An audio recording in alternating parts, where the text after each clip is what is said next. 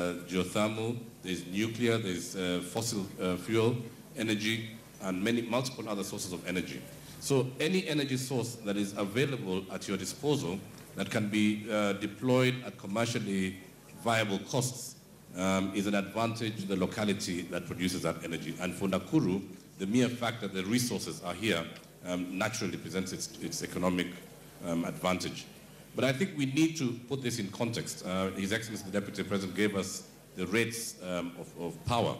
And, you know, they say that now, the government says that we are at $12 cents per kilowatt hour. But personally, I don't see it reflecting in the bills, both business-wise and at the consumer level domestically. But we need to contextualize it and look at it from a competitive advantage standpoint. Many references have been made to Ethiopia. And Ethiopia, at the completion of the Grand High Dam, have committed that they will deliver power at 3 to 4 cents per kilowatt hour, which is really, really, really. They have suggested that they will go down as far as 2.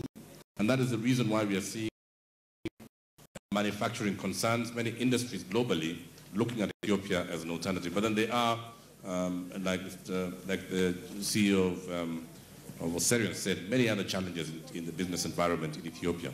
So for me, I think we need to harness that resource. It needs to be used in the special economic zones. We need to be able to attract industries and actually realize that tariff in a contract through the PPAs that are being signed. And most importantly, the power resource needs to be evacuated. I think many of the challenges that they have faced is that sometimes the wells are ready, but the evacuation is not done in a timely fashion. And when the capital investment has been made, it's been made. And if it is not utilized, there are financial commitments that attend to the agencies of government like KenGen, like Kenya Power, that are passed on to the consumers. And in my opinion, that may be the reason why we as consumers have not seen our bills reflect the low rates that the government has talked about many times. So I think it can be used to spur the hospitality industry in Nakuru, especially the value addition. It can be used to spur agricultural value addition. It can be used to spur transport. And it can be used to even ensure that the blue economy, I mean, we heard about the fish growth rates vis-a-vis the water temperatures. It can be used to heat water pools to be able to generate the protein regime that we need from fish production. So I'll just give those few examples, but I could say that Nakuru is actually blessed to have that resource, and it now remains to be seen how it could be used to actually take this great county to the next level. Thank you. Thank you, Kiprono. Abel, there's production of geothermal energy, and that production is not only happening within, you know, KenGen's capacity, but there are private producers also.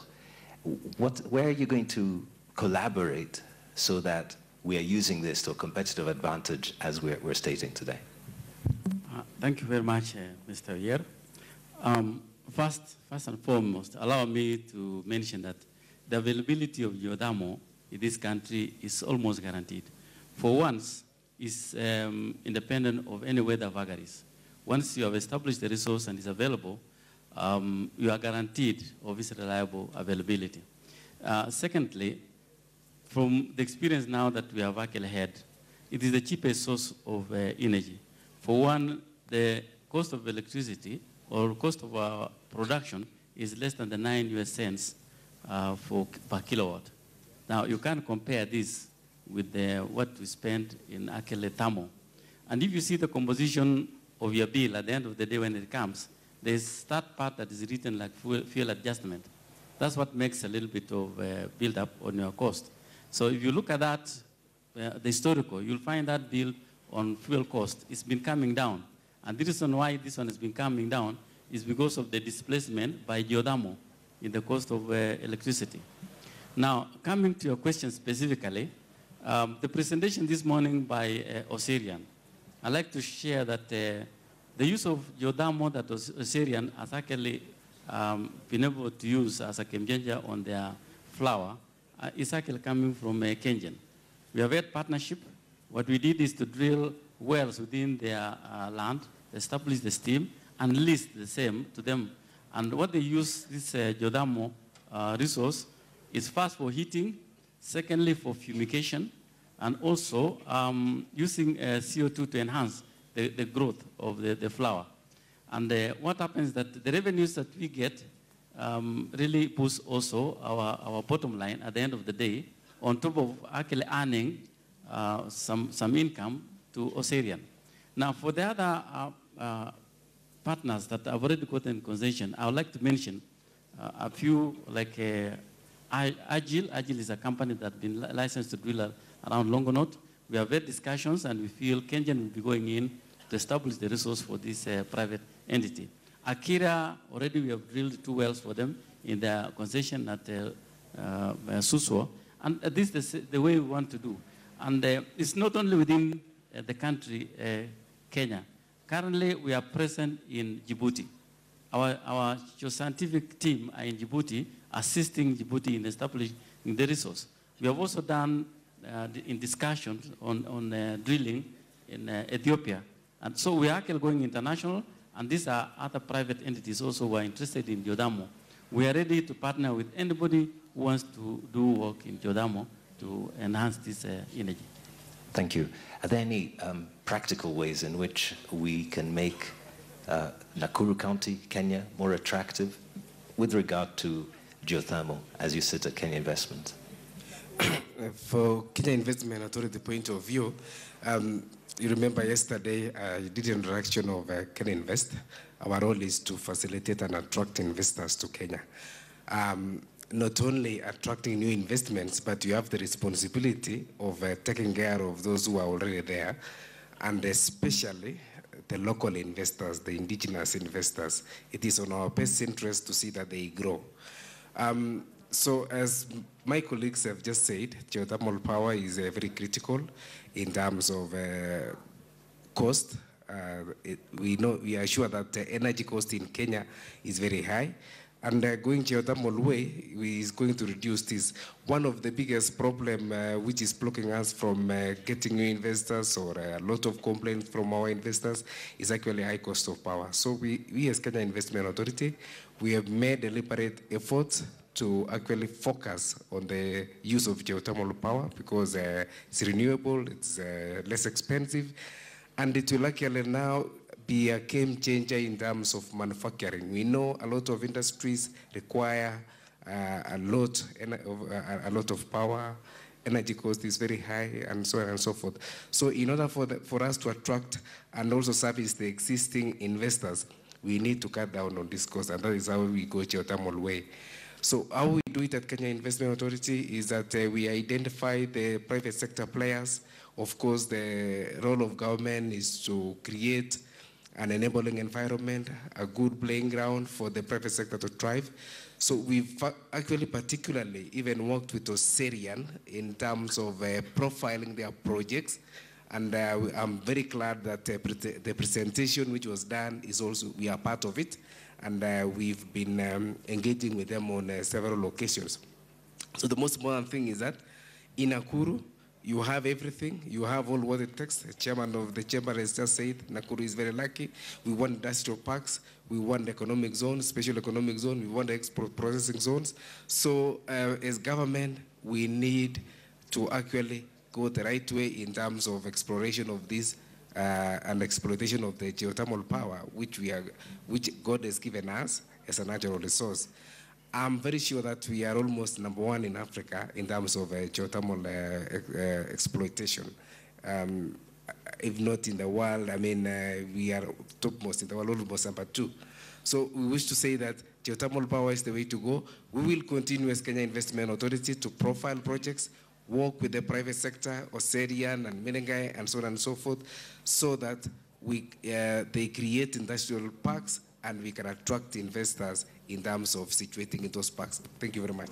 Thank you very much. Yes, go ahead. Yeah, I'm really glad that I'm sitting next to Engineer because he's a famous man in geothermal.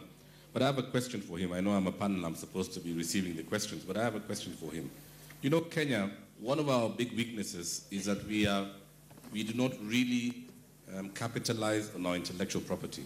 And I think it is without doubt that the a large pool of the knowledge around the extraction of geothermal for commercial purposes, of that knowledge has been created here in Kenya. I wanted to know, is the IP in our hands? Because I'm sure you read last week, very sadly, that Hakuna Matata is now the intellectual property of Disney. So if you print a t-shirt today that says Hakuna Matata, then Walt Disney will come in from Los Angeles and tell you that's our IP. So I'm just wondering, the knowledge pool and the great work that KenGen and other agencies, DC, have been doing, have we created any IP for Kenya? Thank you, Mr. Kitonyi. You're actually quite right. Previously or earlier on, we relied heavily on foreign consultants to really guide us, and eventually we realized what was coming out is that they would actually get the information and go and patent. But we have now come of age. We're able to patent some of the discoveries that we are doing now, some of the pilot projects that we are doing.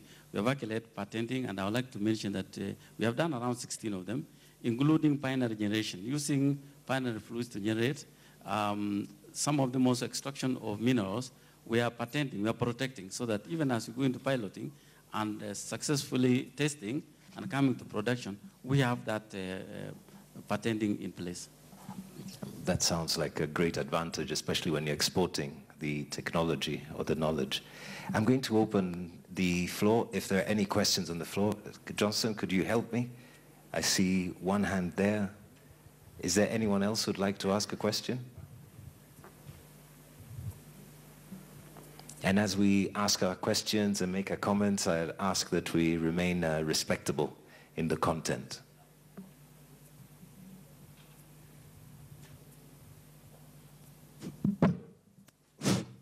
Thank you very much, the panelists. I'm sorry, most of the delegates left. My name is Adan Murugu. We are in day 2 of this investor conference. I think I would have 2 issues to raise. Number 1, to Kiprono Kitoni. You are the chairman, Chamber of Commerce. 2 years down the line, you did a dinner at Rift Valley Sports Club in Nakuru. I was in attendance. And one of the outstanding issues that came out of that dinner is that we have fractions. All we have too many Chamber of Commerce organizations in Nakuru. We don't know who is the chairman. There are so many groupings. I would have wanted to get a clarification on that, who is the rightful officials of Kenya Chamber of Commerce in Nakuru. Number 2 will go to my, I think, engineer Rotich.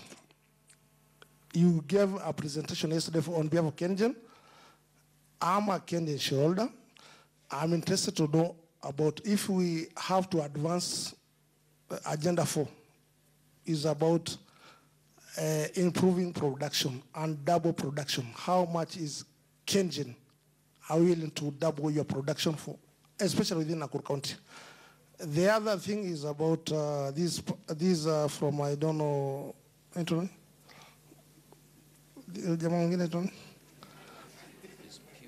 Pius? Kenya Invest, yeah. Okay, fine. Kenya Investment. Kenya, we had ICDC.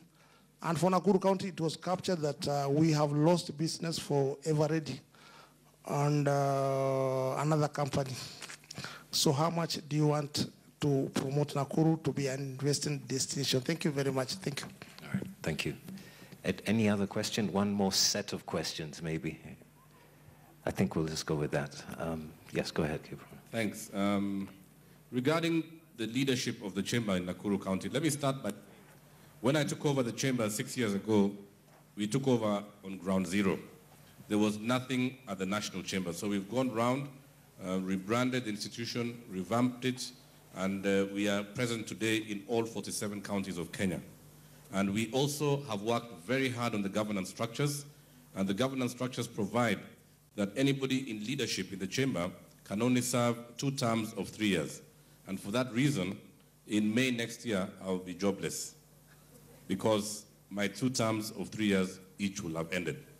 Now, in Nakuru County, there are actually we don't have a case of multiple factions. The chairman of the chamber in Nakuru County is Mr. Francis Thuo, and I'll ask him to stand up and wave at you. That is him. If he hasn't served you or he hasn't been visible enough, then you please go and sit next to him. I can see you're doing that very good. Challenge him. We have been having meetings. Even 2 months ago, or a month and a half ago, I had another dinner at the America Hotel together with CEC Katienya. We have elections. We put a notice in all newspapers. We will close our membership register at the end of October. Elections will start in April of next year. So if you are a member of the chamber and you wish to challenge Thuo and take the organization over in Nakuru, feel free to do so. But I want to use this opportunity to encourage Nakuru. Please build a more vibrant chamber. Right now, I would say out of the 47 counties, the vibrancy of the chamber here is not at the level of the commercial viability of Nakuru County. Thank you. Thank you very much, Engineer. Okay, thank you, Dan Murugu, for your excellent questions. First, I would like to appreciate you for being a loyal investor within KenGen. Please keep up the good work, and we move together. I want to assure you of our continued investment in power production. As we speak now, we'll have a power plant next year, July. We'll be commissioning a power plant of 165 megawatts. That's quite a lot of power. And next week, hopefully, we'll be doing groundbreaking for an additional 83 megawatts from one of our power plants. All of them are from geothermal. And this is not the end of the story. We are continuing to drill more steam within Olkaria, and we are also moving to a new field called Eburu. So we can only request the consumers and probably the manufacturing sector to take up the much that we are actually going to produce to satisfy. And it's also going to be quite cheap electricity going forward. Thank you so much. Thank you. And finally, Pius. Yeah, just before I answer your question on the failed industries, I want to first of all support what the chairman of the chamber has said. Nakuru County, from the look of things, the vibrancy of the chamber is not actually up to the standard of where we expect Nakuru. Nakuru is actually a sleeping giant, maybe because of the non-vibrancy of the private sector. Please make sure that the private sector is quite or is working adequately with the government. Then straight to question you asked about the failed industries and what are we doing at the Kenya Investment Authority to see that the industries do manage to do business